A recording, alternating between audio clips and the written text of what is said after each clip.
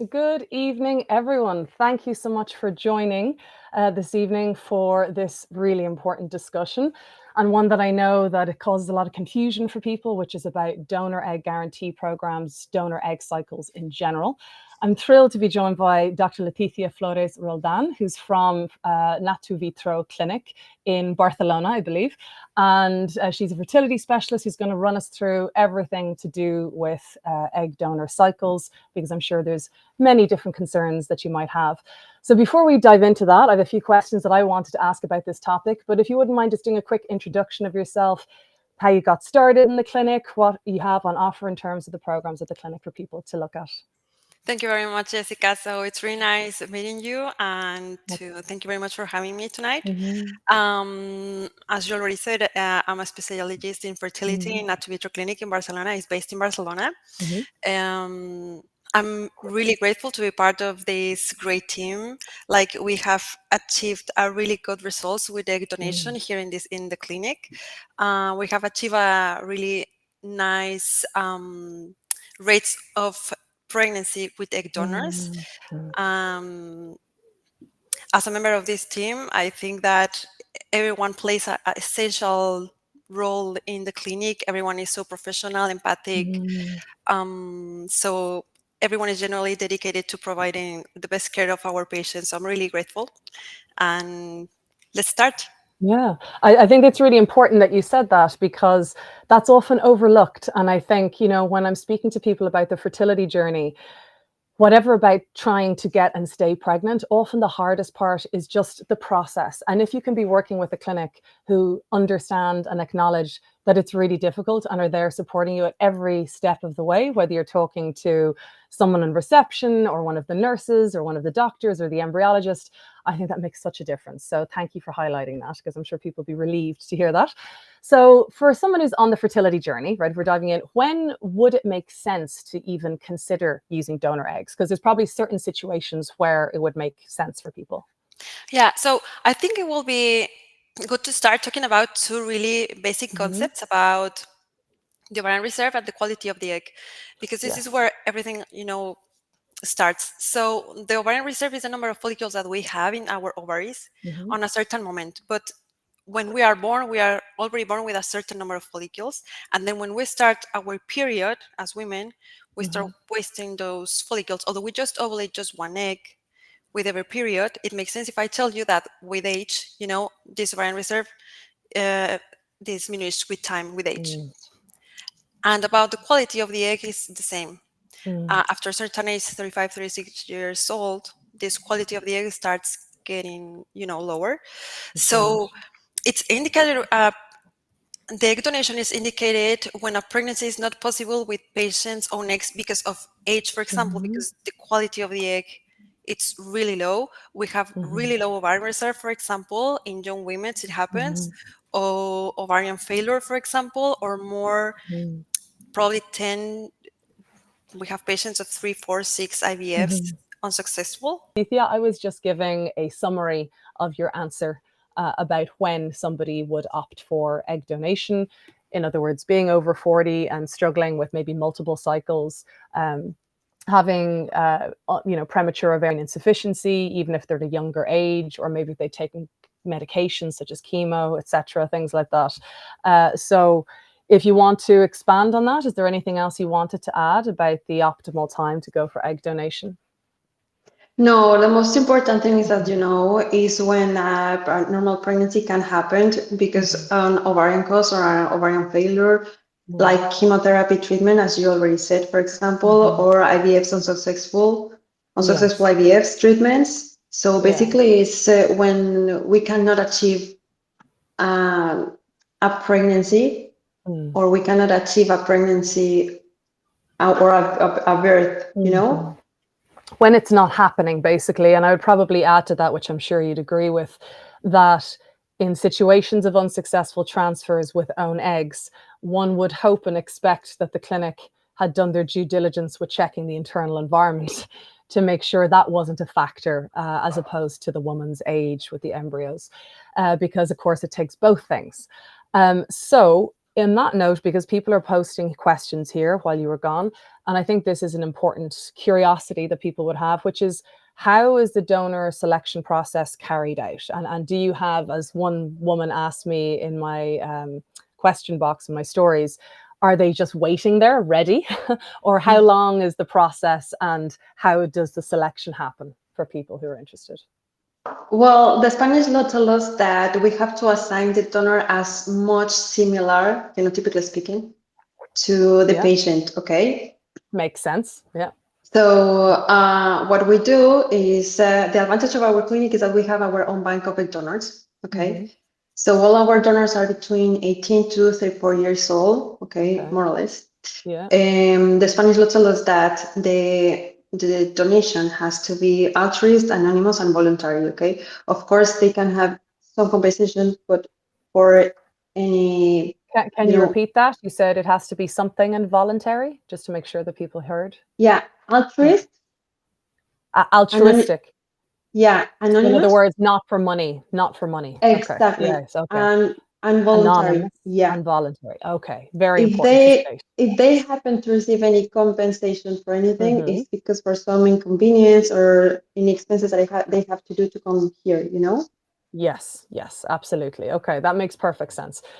And so, given you said you have your own bank, because I could see questions coming in about different ethnicities, which is a very important question. Someone asking about Asian donor. So in terms of, you know, Asian, Black, Latino, you know, any different ethnicity, what are the options there for people other than Caucasian donors? Oh, well, we have, you know, Barcelona is a really cosmopolitan city. So we have donors from all around the world, if they can be Caucasic, Asian, African, Latin American. So basically we have like all phenotypes, all ethnicities. The thing is that we have to assign them as much similar as them. Yes. Like, for example, the patient, she can ask, like, I would like to, if she's from Asia, for example, because this is a question that I get a lot, if she can have an Asian 100%. I mean, we have donors like that, but the thing is that we have to assign her the donor as much similar as her phenotype, you know? Yes, okay, I understand what you're saying. And I think that's reasonable. I mean, otherwise there'd be a, you know, not that this would happen necessarily, but if someone came in looking for a very different ethnicity, then that maybe would cause problems in the future for the child and confusion as to whether, you know, what was going on there. So I think it is important that, you know, as you said, they're going with a similar phenotype to themselves. And so then someone else is asking here, in terms of the requirements for the donor. So obviously, I'm sure there's testing that has to be carried out for selecting the donor. Does the donor have to have proven that her eggs have been used in successful pregnancies before? Does she have to be a mother herself or not? They must pass extensive medical and physiological screening, including, for example, genetic history testing. We do the karyogenetic test, full blood work, for example, we have to know that the donor is completely clear without any infection diseases. For example, any sexual transmitted infections like IVF, hepatitis B, hepatitis C, you know, these kind of infections. We also do a gynecologist assessment to see, obviously, that they don't have low ovarian reserve. And a psychological evaluation, okay? We have to be sure that they are developed in a really healthy environment, you know, that they don't use any drugs, they don't have any, they are not using any anxiolytic treatment or antidepressive, you know, treatments, these kind of things. So once all of them have all that clear, we have that everything is fine, then we can proceed with the ovarian stimulation for them. Okay, so just to backtrack, so you were saying that obviously there's a full health, gynecological and psychological assessment, which is very important. Somebody here posed the very understandable question, but then why would somebody donate eggs if they're not receiving financial compensation for it? So how does that work? This is a question that we get a lot. Studies have showed that they are equally moved by altruism because they have some family, you know, or any closer to them that have some fertility problems.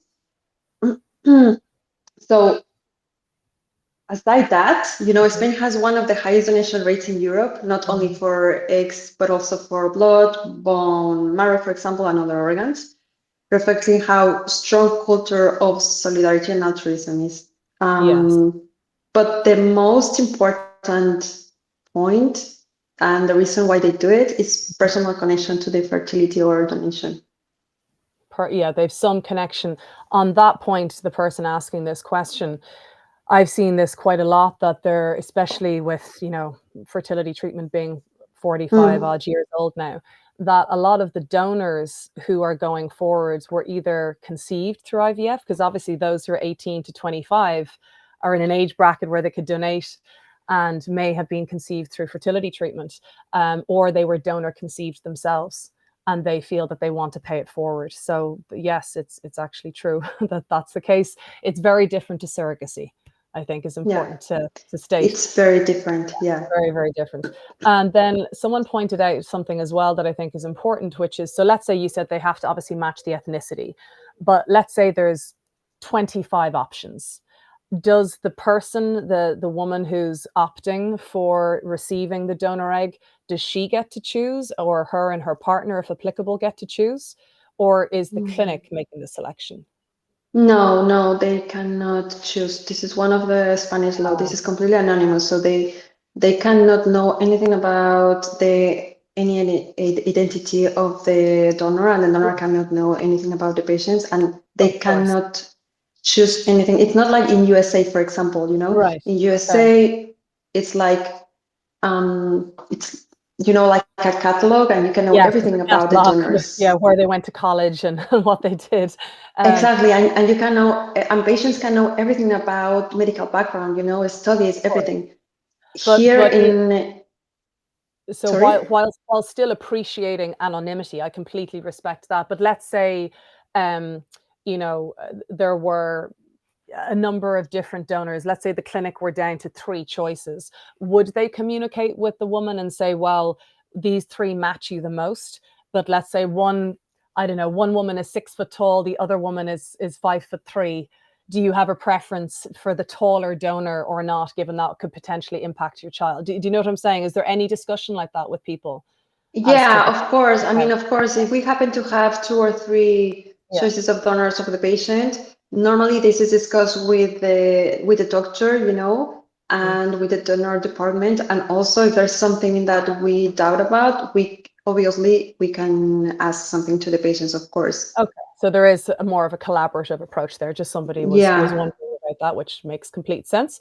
Okay, and so I can see all the questions coming through here, which I'm going to get to, but I'm also going to cover some questions that I'd noted that maybe some of you mightn't have thought of. So we're going to get into that. With regards to using donor eggs, would it always be 𝐾𝐶 that you're using as opposed to IVF? And just to explain that to people for why. Sorry, I didn't hear that. When you're opting for donor eggs, is it always 𝐾𝐶, intracytoplasmic sperm injection that is used? Yes. And just to explain to people why they'd use that instead of IVF. Well, it's so much better, the rates of success of fertilization, Exactly. Just because sometimes people would ask why it would be done, given that it's a healthy egg, and assuming obviously healthy sperm, but still 𝐾𝐶 would be used. And an important question, because this came in from one of my followers, and I'm sure people here would be interested to know about this as well. When would you recommend genetic testing of a donor egg created embryo? Because I had a follower messaging me saying that she has gone through 3 unsuccessful transfers with donor embryos. And so her question was, would you recommend genetic testing of embryos before investigating the internal environment, or just do both? No, I completely recommend to do the preimplantational genetic test. Yes. So the preimplantational genetic test to study aneuploidies. I mean, there are more than one PGT, but we are talking about the PGTA. That PGTA, not PGTM. Yeah, exactly. To study aneuploidies, which basically tell us that the embryo is completely normal, chromosomically speaking, chromosomal normal, which means that it's euploid. So when we do the PGT test, what happens is once the embryo achieves day 5 or 6 that achieves that blastocyst stage, which is like the strongest stage of the embryo because it has like, expansion and the differentiation of the cells. It's mature enough to be tested. Exactly. Yeah. So we take 3 to 5 cells, and we get to test that tissue. Within that tissue, we can know if the karyotype is a normal, if we have a chromosome more, a chromosome less, for example, a trisomy 21 trisomy, Down syndrome, or a trisomy 18, Edwards syndrome, trisomy 13, the Pato syndrome, for example. It studies all 22 pairs of chromosomes, autosome chromosomes, and of course the sex chromosomes, for example, Turner syndrome or Klinefelter syndrome. Also it tells us if there's a mosaicism, for example. So if there's which? Mosaicisms? Mosaicism. Yeah, no, absolutely. Exactly. Getting clear for it, yeah. If we do the PGT test, in the first attempt, we get more chances of getting pregnant. Our chances are higher. Absolutely. If we don't do the PGT test, for example, just the rates that we have in the clinic, for example, in the first attempt without the PGT test, it's 70% chances of getting pregnant. And with the PGT test, it achieves to 85%. It goes up to 85%. So much higher. Exactly. That's interesting. So would in your clinic, would PGTA of donor embryos be suggested from the start? Would it be offered from the beginning, or only if somebody was having unsuccessful transfers? No. We offer the option to do it from the beginning. Yeah. Interesting. That isn't standard here, just to anybody watching who's No. It's not a standard because it increases the rates of success and diminishes the times of pregnancy. So you can offer it. Yes, I think that's really, really important for people to understand, because I had a client who last year went through exactly this. She went through a donor egg cycle. She got pregnant. She hadn't been offered genetic testing. She was led to believe that it's a donor egg, so everything's wonderful. And her partner's sperm, which we'll get onto now, testing the sperm, had also been checked, and that was good. She found out that she was pregnant with a trisomy 21 Down syndrome pregnancy, and she made the heartbreaking decision to have to go to the UK for termination. And she said to me afterwards, had anyone told me that there was this chance, I would have done genetic testing. So just to anyone who's wondering about it, yes, as Dr. Leticia said, it is definitely something to consider if you want to really minimize that risk. Yeah, absolutely. Yeah, just first to say the last thing about the PGT, I think it's the ideal for patients who prioritize, safety, success, and top medical standards, Of course, it's not for everyone, that there's financial considerations, the mosaicism, as you said, because in other words, the gray area with the embryos and what percentage of cell damage, usually up to 50% cell damage of a mosaic embryo is transferable, but it's not straightforward. So people need to be aware that it's not always clear cut. And so on that note, given we were talking about checking the embryo, I was just talking there about that client's partner checking the sperm. So what sperm testing is recommended to do in advance when using donor eggs? What the parameters that we study we need is concentration, motility, normal forms, and we have some criteria, the minimum criteria, so we can guarantee blastocyst. Okay. So is it only a semen analysis? There's no sperm DNA fragmentation test that would be offered? First of all, spermiogram, and depending on the result, then we get to the fish test. If we see that we need to do a fish test, then we do it. But first is the spermiogram. It's the basic one. Okay, so just to explain to people, so the fish test, which I know is more common in Spain, fluorescence in situ hybridization. So that is looking for more of the chromosomes within the sperm, as exactly. in specific damage. But it isn't quite the same as a sperm DNA fragmentation test. But to anyone in whatever country you're in, I mean, you can do that test before you're going. And also knowing, as I'm sure you've seen, that egg donation, what's interesting is those younger eggs have the capacity to actually heal the sperm. They can actually, make damaged sperm better in certain cases, not obviously if it's super damaged, but just for people to be aware of that as well. So then in terms of the preference for fresh versus frozen, because this is something else someone was asking about, Is there a preference in the clinic, for pushing for a fresh transfer? So you're trying to line things up with the donor and obviously the recipient, that, there's that she's on the medication for thickening the lining and the progesterone timing, or would the preference be to go for frozen transfer? There's no difference if it's fresh or frozen embryo transfer, as is no difference if it's a fresh oocyte or a frozen oocyte. I meant logistically for people who might be wondering how it works. Because nowadays, statistically, it's almost the same. For example, if I freeze an oocyte, we freeze it under 196, grades Celsius, and then once we thaw it and we put it back to 37 degrees, if you compare them, they're almost the same. They're the same. Yeah. And so therefore, it doesn't matter. It's really about, I suppose, the recipient and what sort of suits them logistically. No, nowadays it doesn't matter. No, it doesn't matter. If you think about it, for example, egg donors, if we happen to have them frozen, we already know and we can guarantee how many oocytes we are going to thaw. They are already studied, all of them. So we already have them, and the time of waiting is less. Yes.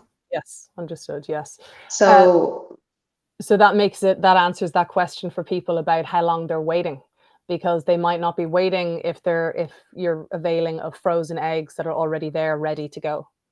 Exactly. And even though if we happen not to have the donor, then we will seek for it for her, Yes. And we might have to wait 1 month, 1 month and a half in case we don't have it. We don't have her. So there could be a 6-week wait time if you need something very specific, but otherwise there should be options there for you. Okay. Exactly. That makes sense. And then just for those who are wondering, what exactly is the donor egg guarantee program? What are people getting when they sign up for that?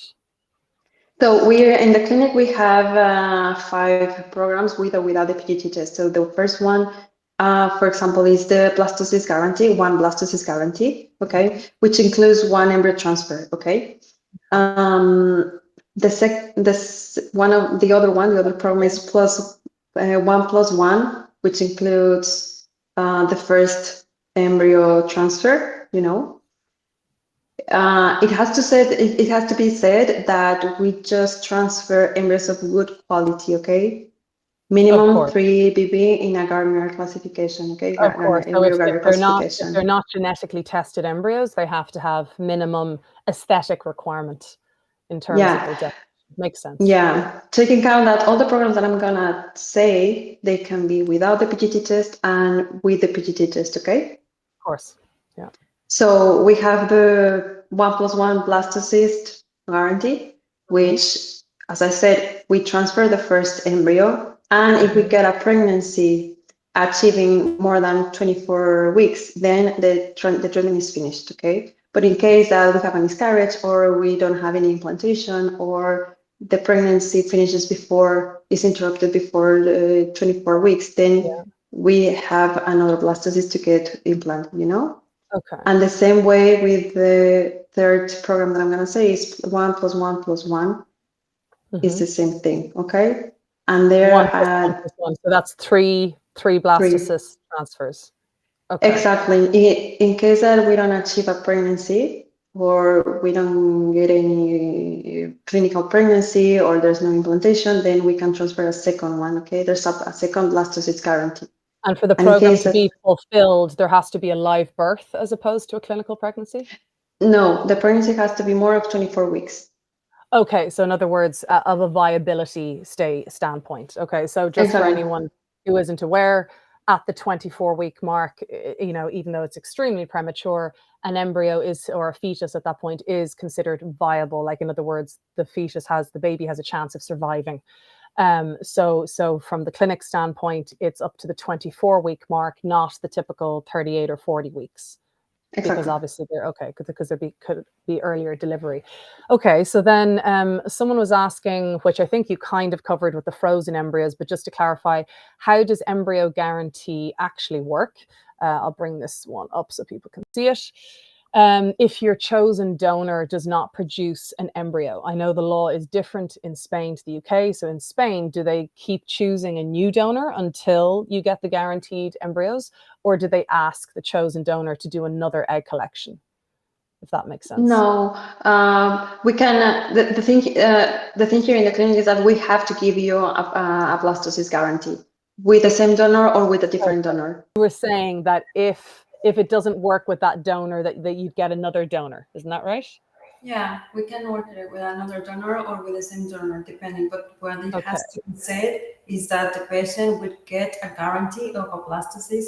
Of a blast, one way or the other. Okay, I get you. That makes perfect sense. Okay, so let me go back to the other questions here and let me see which other ones there are, because everybody submitted a lot of questions. Okay, so a good question here. I'll display and hopefully won't get rid of you. I'm wondering if that's what did it. Guarantee programs. Some say that they offer 3 transfers and some unlimited. Why 3, and why do you think that some offer unlimited? Is that just due to pricing, or what's going on there? No, this is a really good question, because we know that 3 transfers without the PGT test, for example, we get 98% of chances of getting pregnant. Okay. And it happens sometimes that without even though we have done IVFs or in other treatments with other clinics, I don't know that. Sure. Depending on the patient, also the sperm. We sometimes have to get more than 3 embryo transfers, So we get to go to the point of doing this guaranteed pregnancy program. How the patients say that, like we have got unlimited transfers for 2 years until we get a pregnancy. Okay. That's good to know.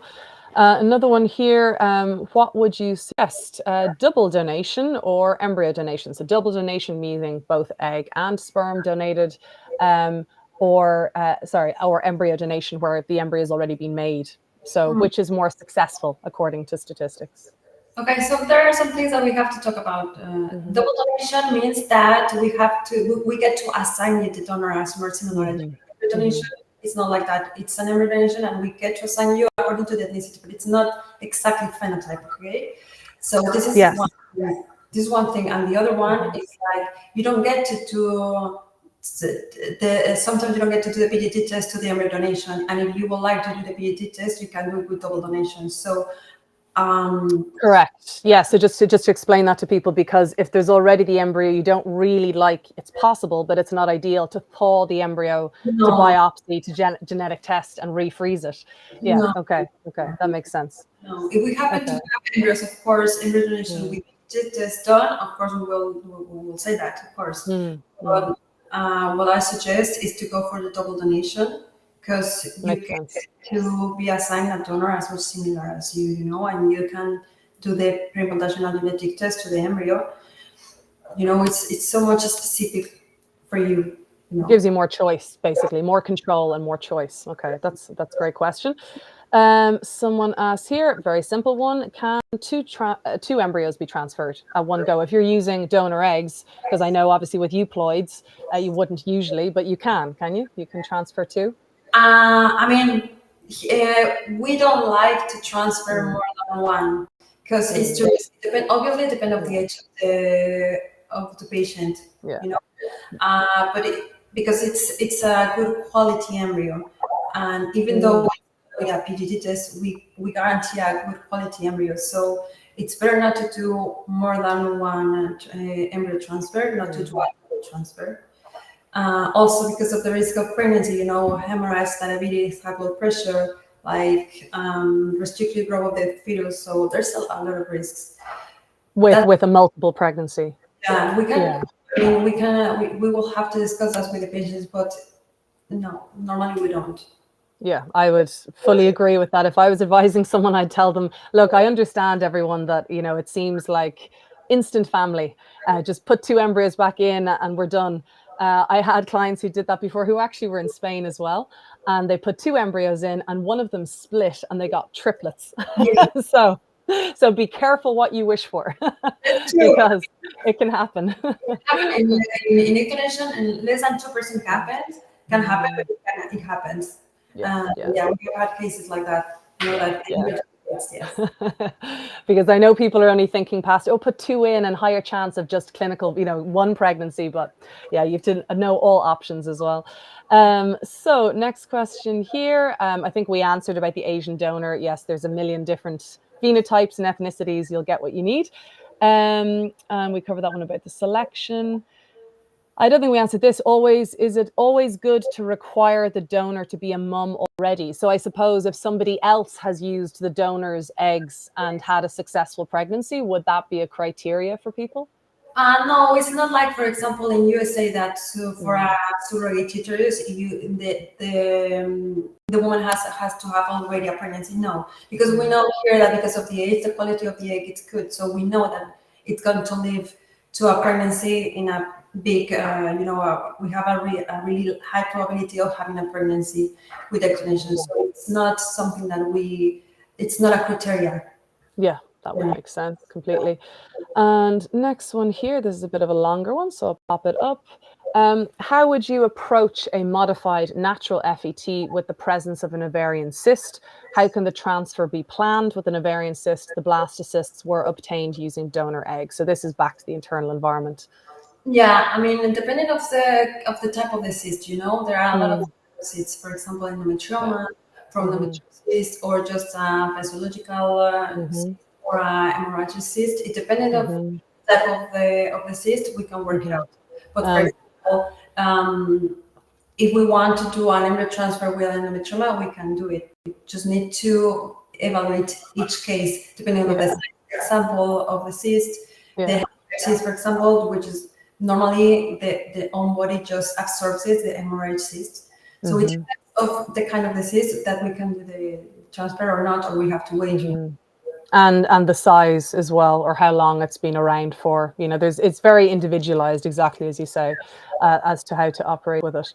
But it doesn't mean it can stop a transfer. I mean, it really depends on the case. Yeah, absolutely. And this is a good question here, actually. Is there any possibility to collaborate with a doctor from another clinic for the immunology treatment? Because goodness knows that's a complex area for the internal environment. Yeah, I mean, we do have immunology treated doctors if we happen to have doubts, or if we happen to go to the end of the road, and sometimes we need a hand from an immunologist. Yes, we could. I think we could work it out. And an important one, someone just wanted to clarify here, which we obviously have to clarify.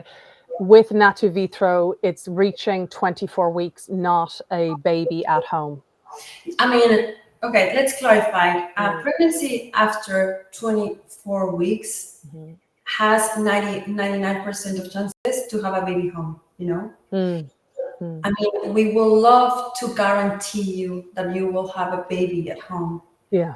But even in the last minute, something can happen, unfortunately. So we haven't had any problems. We haven't had any kind of, when we had a guaranteed pregnancy, we haven't had any program that haven't finished well. But we cannot guarantee you. Unfortunately, we cannot do that. I mean, there are some times that at 38 weeks, 40 weeks, even in labor, something happens. So the cord around the neck or shoulder dystocia. Yeah, of course. Yeah, I mean, I think that's reasonable. That makes sense. It'd be illogical to think that a clinic could control for what happens then at the end of the pregnancy in order to fully guarantee that there would be a live baby at home. But of course, yeah, I can understand the question, definitely. Put that limit, because we know the pregnancy will go far, normally it goes like that. Also, if it happens that at 23 weeks, they are in the neonatal, urgencies, these kind of things, they have everything for them. Yes. But that it's not because, it's not because of us. We don't have any control of that. Over that, of course. Goes further. Yeah, no, it totally makes sense. Someone asked, because I think you were talking about it before, what is the actual percentage chance that one of those embryos could split and become twins? When it's from egg donors, no, it's less than 2%. And when it's natural... Sorry, I didn't hear that. It's what percent? Less than 2%. Less than 2%. Okay, just so that people know, because yeah, it's very different to, I think sometimes people are confused by if they're, let's say, on Clomid or something, and they're actually releasing more than one egg, you know, so there's actually a higher chance there. But if you just put one embryo back in, it'd be a bigger ask for it to just split like that. Yeah, makes sense. We've covered the PGTA. I think you were very much in favor of that if people want it. So we don't need to answer that question again. And good question, I suppose. I know you covered this a little bit already, but what is the minimum information that we can get about the donor? I know you said that there's all the checks for health and gynecological and psychological, but what information? Is it just physical characteristics like eye color or height, or what can people be told? The age and the blood type, that's what they can know. But of course, if they Age and blood type. I mean, we are not like so, I mean, we are strict, but we can also, you know, take in count what they would like to, you know, if they are, you know, from Latin America, for example, then if they would like someone from, I don't know, any ethnicity specifically. Okay. Can work it out, you know. But just to be clear, so age and blood type. Well, blood type obviously is important, so there's no rejection at the end. But if someone asks about height or eye color, are those reasonable questions? Would they get an answer or not? Technically, we cannot. The Spanish really interesting. I mean, we have to say that they are as much similar as you, in case. Of course. So they're not. You're not going to give somebody the egg from somebody who's 6'2" and you're 5 foot. You'll try. If I have brown eyes, yeah, I'm gonna ask what kind of colors the donor has, because I know they're not gonna get me a blue, you know, a donor with blue eyes. Okay, so in other words, we have to assume that the clinic is doing their utmost to most physically match you. Yes, of course. Okay. Really, really good. Trust us. Yeah, that's really important. And you touched on this earlier, but just to explain it to people, what embryonic classification system do you use? Because obviously some clinics have, you know, with the number and the 2 letters, while others would just have a number. And I think it causes confusion for people. So how do you guys work things? Gardner classification. Mm-hmm. Okay. So it goes from 1 to 6, depending on the expansion of the cells, you know. Yeah. And depending of the inside cells and the external cells, A, B, and C. So that's why the first letter is more important, because the first letter is the inner cell mass, isn't that right? That becomes the baby, whereas the second letter refers to the trophoblast, which becomes the placenta. Yeah, just because when people are like, is AB the same as BA? I'm like, well, it's a little bit better if it's AB, because that's the baby. So good question to ask that.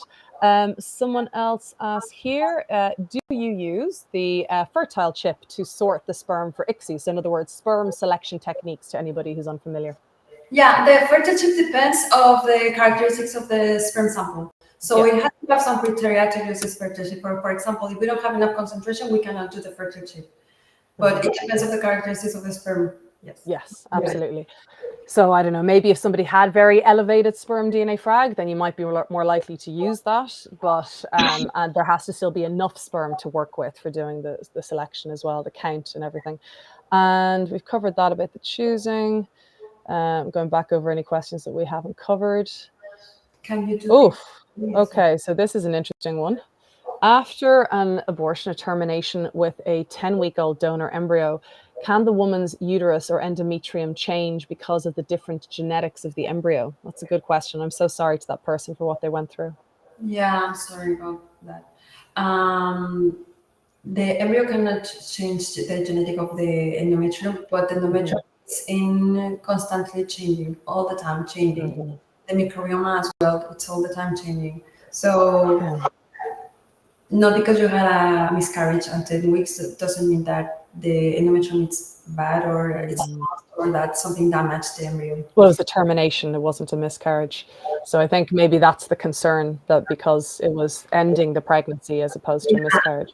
The curettage sometimes can damage the endometrium, and that's why we have to wait until the next 3 periods so that we can start another treatment.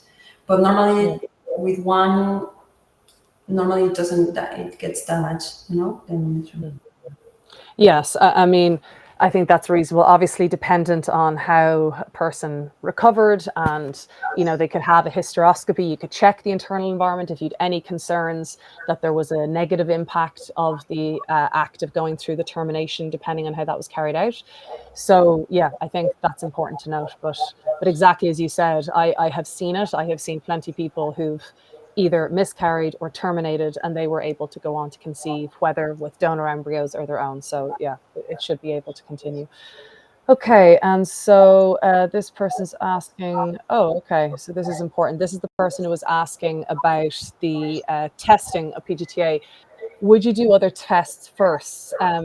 Because they weren't quite sure. I did IVF in Portugal and it was not authorized. Okay, so I think this person wasn't allowed to do genetic testing of their embryos until they'd had 3 unsuccessful transfers. So the law is obviously different in different countries. So now I'd like to know where to start, particularly since testing is so expensive. What is the usual approach at your clinic? So I think that's reasonable. No, don't be sorry. Like this question can get a lot of answers, and we should study specifically your case. Sorry, the IVF in Portugal, and I was not authorized until third. So now I'll like to know. I mean, first we could start doing a study of why it's not the dilatation is not occurring. Like for example, starting with an hysteroscopy, the microbiome test, testing endometrium. But this is something that I would like to explore more deeply, because I don't know, for example, genetics of the embryo. Exactly. So in other words, unless you know someone's full case, it's difficult to ascertain whether immune testing or microbiome testing or blood clotting analysis or whatever it might be, anatomical checks would be recommended in that person's case. Because you're right, it is expensive, and obviously you're not going to recommend something that they might spend money on unless you know their case. So sorry to that person that we can't go into more detail. I'm very sorry what happened in Portugal. It's important to at least to know the quality of the embryos, what happened, that would be interesting to know. Yes, I think what she was saying is that in contrast to what you do at NatuVitro, that you would offer genetic testing from the beginning, she wasn't allowed to avail of it until she'd had 3 embryo transfers not work. I know. But so now she's torn as to whether she does the internal environment test first or the genetic testing of further embryos, which is a tough decision, because you'd think that there should be high success rates. So yeah, very, very difficult. But unfortunately, that does require a bit more of a detailed examination of your case. Okay, so another longer one here, and just bear in mind, guys, we're going to try our best to get through as many questions as we can, but we'll have to finish at some point. So I'm just going to note this one. Previous cycle, we had barely 2 embryos, enough for the guarantee and the clinic to keep the money. Next, we insisted on the PGTA, and now suddenly we have 7 embryos, which is way too many and fantastic, but it also gives more money to the clinic. Did you experience this before? Is it true, or clinic going for the money, or just, sorry, I think he's continued the question elsewhere, but I think we get the gist. So I don't see how the clinic could have predicted whether somebody would get 2 embryos or 7 embryos. That's not really how it works. No, and well, at least in our clinic, we don't do that because of the money, of course, not what our priority is. To achieve a pregnancy, a healthy and successful pregnancy. One thing that I don't know about this question that it's really important to know is, I assume it's own eggs, right? No, I think this guy, I think they were talking about donor, from what I can understand. The previous cycle, we had barely 2 embryos, enough for the guarantee and the clinic to keep the money. So it must have been donor. That must be donors. Well, that means I would like to know the quality of the embryos, of course, and I understand. It's because of people being told. So let's break it down for people. In each situation, maybe the donor they'd chosen, let's say there were 10 eggs that were thawed and 9 fertilized, but they only got 2 embryos at day 5, right? Whereas maybe on that second cycle, they had the same 10 eggs, but all of them fertilized, and that's why they're left with 7 at day 5. There's so many variables that go into the development of the blastocyst to day 5, aren't there? So it's very difficult for a clinic to say to you, oh, you'll get 5 embryos. You know, you can't know that in advance. Yeah, no, we can't know that in advance. And obviously, it depends obviously of the quality of the sperm again. Yeah, and just what that guy was saying, I can hear the cynicism. So in other words, feeling a bit cynical and frustrated, because I know that people have tough experiences on this journey, but you know, in that instance, I'd be the first to say normally if I felt that, you know, it was an attempt to get more money out of somebody, but I don't think so in this case from what he described. So let's go to see any more questions that we haven't covered.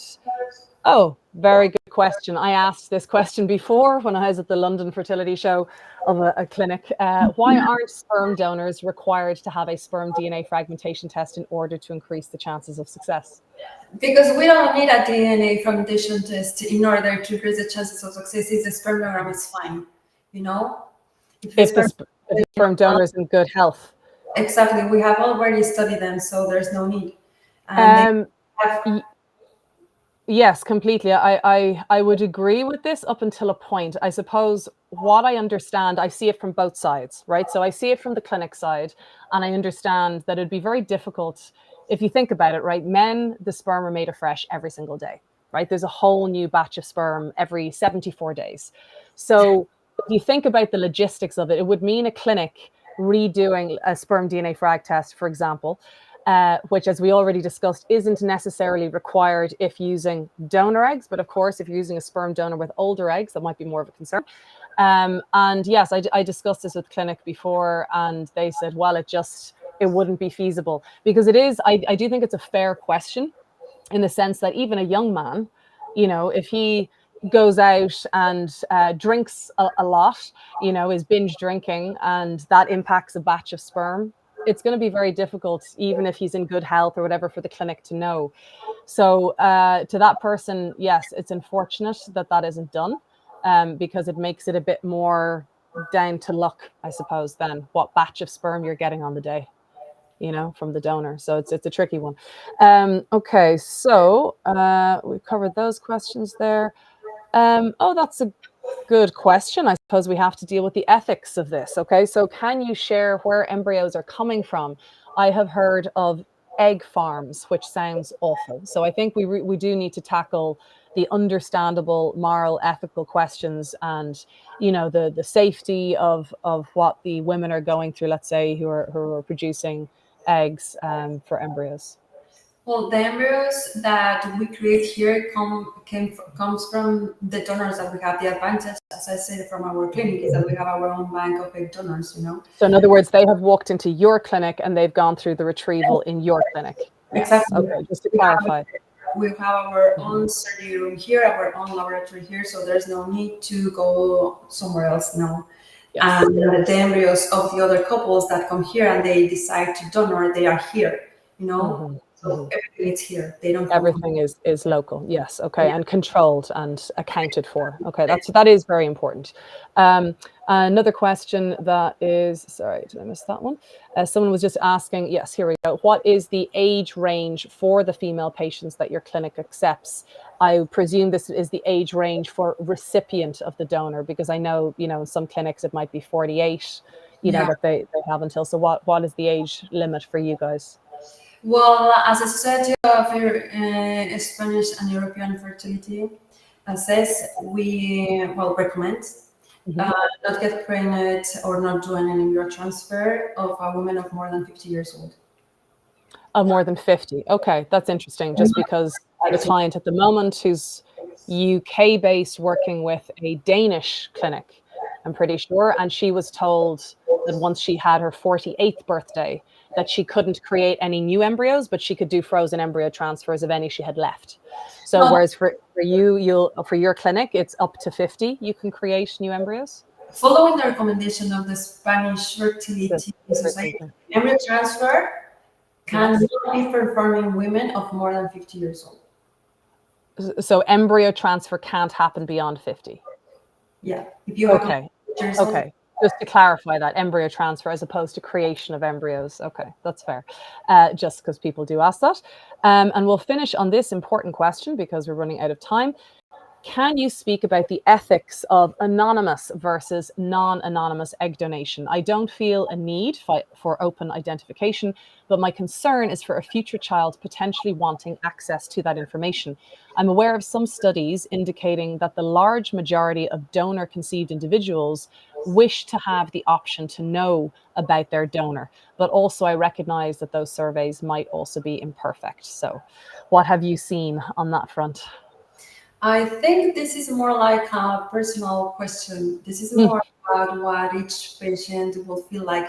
The Spanish law tells us that it has to be completely anonymous. Ethically, if the patient would like to know the ethnicity, Spain is not the place, you know. To go, If the patient asks me, for example, if I were personally, okay, this is a personal answer.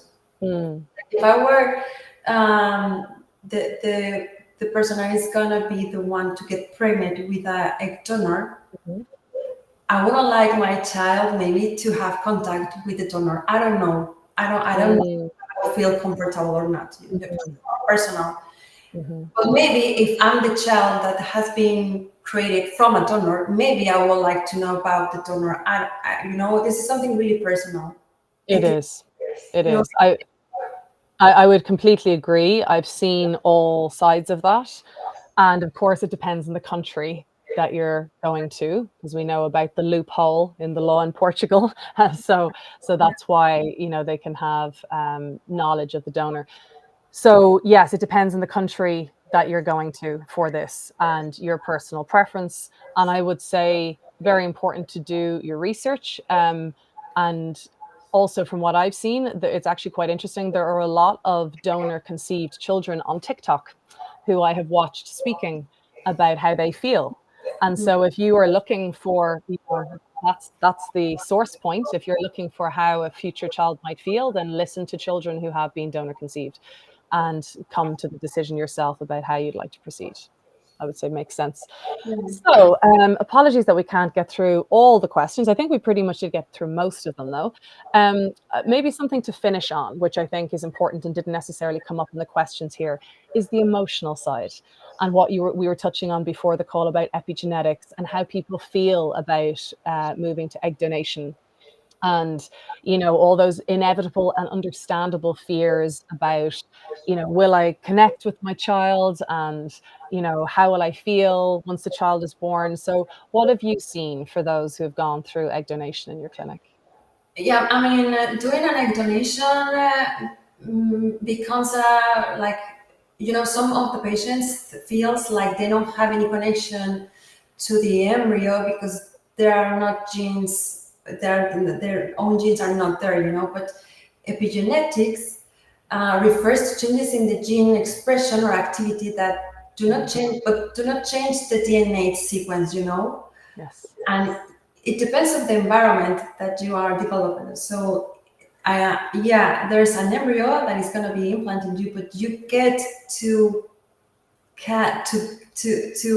give some genes, you know, through the environment of your body. Yes, so the microchimerism. So you actually there is a transference that happens between the mother and the fetus, which is important to know. You do carry each other's cells in you, so there is that connection. There's some activity, you know, regulated between placenta, embryo, and her. So I think it's validated to say. I mean, it's worth to say that even though it's not your own site, but you're gonna be the carrier, you know. And this is, I think, it's one of the most important and beautiful things. And on that note, because this is something going back to my law days, because my primary degree was law, I remember studying in criminology. There was a fascinating chapter that was talking about, they looked at twin studies, so identical twins, so genetically the same. And one twin was brought up in another family versus the other twin brought up somewhere else. And they were trying to identify criminal behavior. And it was not genetics. It was all nurture. So I think that's really encouraging for any of the couples I'm working with anyway, to let them know that actually it's all you. Like how you raise your child, you are going to come through in that child, because it is not about the genetics. It's much more about nurture, which I think is very encouraging. So if that helps people. Wonderful. Okay, so thank you all so much for your questions. Thank you for your patience with our tech issues back and forth. But at least we got you back, Leticia. So thank you so much. As it must have been very frustrating for you going from phone to laptop to trying to figure it out, but we got there. So if anybody is interested in finding out more, let's say about the donor program or any fertility treatment at your clinic, where would you send them to? NatuVitro. Not to be, oh, sorry, but on, is there an email address, or would they go to Instagram? Where's the best place for people to contact? You can go to NatuVitro.com and then ask for your development. Okay, and if you're looking for the spelling, guys, it's right above in the camera. So NatuVitro, NatuVitro.com, you said, is the website. Okay, so people can submit a query there. Okay, perfect. And to anyone who's interested in speaking to myself, Jessica, aka the fertility detective. As you can see, I obviously work in this field and would work with people to figure out what's going on, what's stopping them from getting and staying pregnant, and indeed to advise them on which clinics would best suit their needs, which protocols, just basically tying the threads of information together. So you'll find me on Instagram at the fertility detective. Thank you all so much for your questions. If there's any follow-ups, I often answer questions in my DMs. Exactly as Leticia said, you can get onto the website NatuVitro.com and submit your questions there in advance of perhaps attending for treatment, if that's the route that you decide to go. But I want to wish everybody the best of luck. And if you'd like to give a parting message to people, Leticia, what would you like to say to people who are on this journey? Don't give up. Don't give up and go on, because you can do it. You could be a mom or a family, so don't give up. Yeah, it's really hard, and I suppose I'd add on to that at the end, but mind your mental health, okay? So I mean, I know emotionally it's heavy, mentally it's heavy, economically I know it's heavy too. But if you know with who you have to be with, just don't give up. I think that's a great point. And the woman I was talking to you about it, I think at the start, that client of mine who was from an African country and was with an Irish man, and she went for the egg donation in Spain. She had a very tough history, over a decade of trying to conceive. And do you know what she said to me? And this is what really pushed me to help her do anything I could. She said, "Jessica, I know that there is a soul there. There's a soul waiting for me." And that just broke my heart. And sure enough, she had her little boy, and it worked out in the end. But yeah, my heart goes out to anyone on this journey. It's very tough, it's very draining, and you have to know to be able to do what's right for you at every stage of the process. So thank you so much, Dr. Leticia. I really hope to get the chance to speak with you again. I really appreciate your time, and I hope you have a wonderful evening. And to everybody at home, I hope you do as well. You too. Have a nice night. Take care, guys. Take care, everyone. Bye.